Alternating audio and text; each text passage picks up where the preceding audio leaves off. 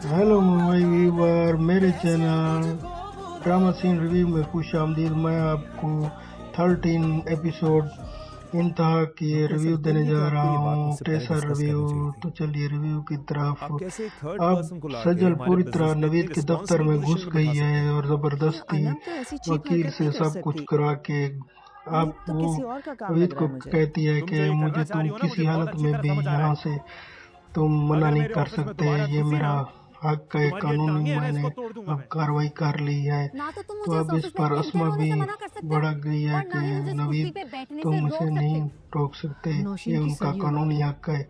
अब इस उस बात हवाले को से तो छोड़ उसका हक दें। बनता अब ही यहाँ रहने का। इसे मैं कुछ बैठने कहूँ दें। या ना कहूँ उससे कोई अब फर्क इसे नहीं पड़ने अपने लगा। आप हक फिक्र ना दें करें। आप, क्योंकि ये इनकी सुतीली शर्की को मैं औलाद कभी नहीं है, ये जिंदगी में इनकी ऑफिस में नहीं अपनी घुसने औलाद दूंगा। है नौशीन की। तो आप इसे राइट दें।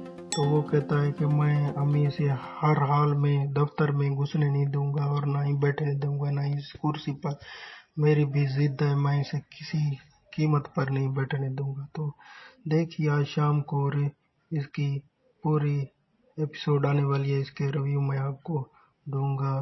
तो प्लीज़ मेरे चैनल को सब्सक्राइब करें, लाइक करें, शेयर करें। Thanks my viewer.